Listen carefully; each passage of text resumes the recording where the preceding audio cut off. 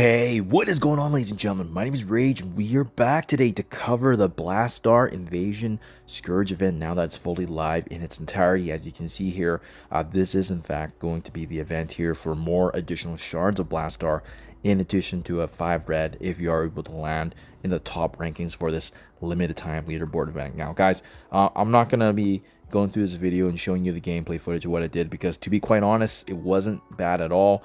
It is quite a bit more difficult in terms of what to expect, because you know, especially those that are deep in the end game, the whales, the spenders, they've been asking for more difficult and challenging content, and this is exactly what we got. But guys, what I want to illustrate for you today is ultimately the strategy of how we can maximize all the points for this event. Not finishing all the event, of course. As you can see here, I still have 6 nodes remaining here, and I don't actually plan to go ahead and finish it because, guys, I'll be quite honest, there's not really a lot of incentive for me to obviously go ahead and do that, to make that change there. But as well, more importantly too, I was always stating that I was going to be after mainly the milestone rewards. As you can see here, all 10 milestones being completed, so obviously we can get some really good multiversal blast milestone points here, some additional gold, and on top of that, some gear to 20, some additional crimson, if you will, right? Which is kind of nice. I don't need it, but I mean, it's just a nice little extra fluff that we can take advantage of here. So let me walk you guys through what the overall strategy is, and as well what the key for this is going to be. So if I just show you here real quickly, these are the total mods that we were able to select, and there's only a few that I did not actually include in this full list, because as you can see, the majority of it is actually in its entirety now added to the full run through. But I want to point this out real quick, guys. Obviously you can do this in less nodes. I think you can actually get it done in 3 nodes, but there are some ones that are very, very difficult to get through. So I wanted to see if I can find an efficiency in terms of what we can exclude.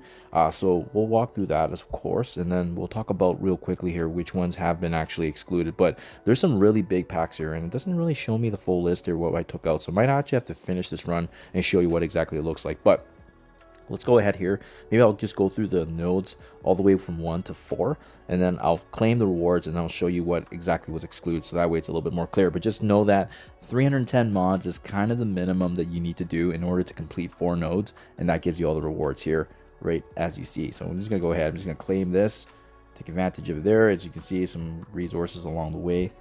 Okay, and then let me just show you. So first and foremost, yeah, like I said, it's challenging content, but if you're doing it on difficulty 10 with the 310, you can actually auto the first couple of nodes here. So I just brought in my vigilante team. Everybody's gonna have vigilante built up. Everyone's gonna have these city characters ready for Age of X anyway, so there's just value to be had right there. And like I said, you can throw them in and you can literally hit auto, no issues whatsoever. That's the same there with node 2. Both these nodes, vigilante team easily cleaning up, so that's no problem whatsoever. Definitely great value there. Now, node 3, this is where things got a little bit interesting here, because obviously the Conquerors can include that bracket there of the Fantastic Four MCU. You can also use Blastaar, Quasar, in addition to the Hellfire Club. And as well, I think Insidious is also included, but obviously we don't have access to them yet, just because with Scorpion obviously being released, and then Hobgoblin Red Stars being earlier last week as well. So this is what worked for myself, guys. Many of us are going to have the Fantastic Four MCU team already built up. And then also many of us already invested in Quasar previously. If you're planning to bring Quasar into Age of X, even better value right there. But like I said, a lot of the folks are going to have this already part of the arena team. So really the only one you have to consider building up is Blastaar. Highly recommend, guys. He gains a lot of benefits internally. This is kind of how this invasion event is based on him.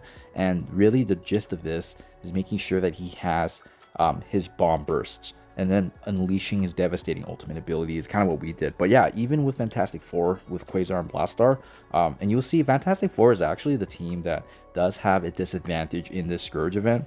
We'll go through that in a little bit here, but they are the only ones that don't have a specific bonus that they can take advantage of. But there's a lot of other things that's happening behind the scenes that we can also talk about as well. And then last but not least, also the same team being utilized, Fantastic Four plus Quasar and Blastaar being utilized for the 4 nodes there. And like I said, by doing the 4 nodes at 310 packs and Scourge, you can get all the rewards. And yeah, I mean, that's basically it. I mean, I do plan on continuing it later on, but to be quite honest, I don't really have a lot of incentive to. So let me go ahead here and just hit new run, because maybe I'll decide to go back to it. And actually, it's surprisingly enough, I think it's actually, let's take a look at where we rank even right now. Oh, wow. Can't believe that. Top 1500 right now. Not that it matters because, like I said, I'm not going to be going for... I think what's going to happen is there's going to be some strategies released in the next week or so. Maybe I'll be in the top 10,000, and even if I am in the top 10,000, I'm still going to get a 3 red of Blastaar. That's why there's just not really a lot of incentive for me to try. If I have time, I'll do it, but again, the only incentive would be if you want to go for the top 5,000, then you would get a 4 red of Blastaar.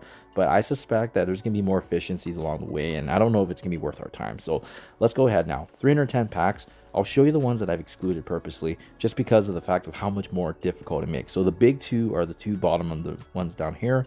Tactical enhancement damage. So any blaster and brawler characters gain increased stats and cannot have their speed bar reduced. You have to make sure this one's absolutely ticked off, just because it just makes them into absolute monsters and you can't do anything about their speed. We also have tactical enhancement tank, where enemy protector and support characters gain increased stats, damage reduction, and on top of that, when a protector is attacked, that protector also gains defense up to maximum 3 times, in addition to support characters healing. So these two are just extremely difficult to go through once you have them activated, and I think this is going to be a difference maker, right? If you have a maxed out team, especially the Hellfire Club, that's going to be the difference maker here of how many more nodes can you do than your opposing enemies, and that's going to allow you to kind of push your way up there.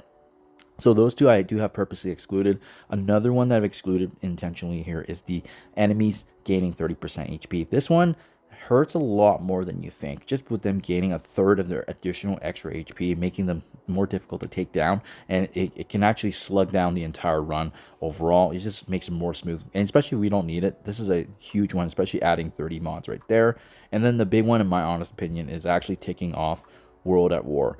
I know it seems kind of counterintuitive because obviously we're using Quasar in the run, so he would benefit the most, but it's just because these war bonuses absolutely kick butt for the enemies. They absolutely thrive off of this, on top of any of these enhancements that if you do place them on, it makes the opposing matches quite a bit more difficult. So that's my personal recommendation, guys. Those are the 4 that I've excluded right now in my run through, and that's how I was able to get this run score here, being the 2.7 million at 310 mods, difficulty 10, and able to maximize all rewards. Maybe I'll come revisit this later on, but like I said, guys, for me the goal was always getting the rewards, and then if I do have free time, I'll decide to go back into it again. Maybe we can get into the top 5k, but that's only about time. I just don't have the incentive to, because again, Blastaar is not really a character I've prioritized, and we know we're going to get more red stars and more shards of him anyways, completely free to play. So it is going to be a balancing act of if you have the time to care and if you want to actually engage in this event against the other opposing competitors, of course. So do let me know down in the comments below, guys. Thank you for your time, and I'll catch you guys in the next one.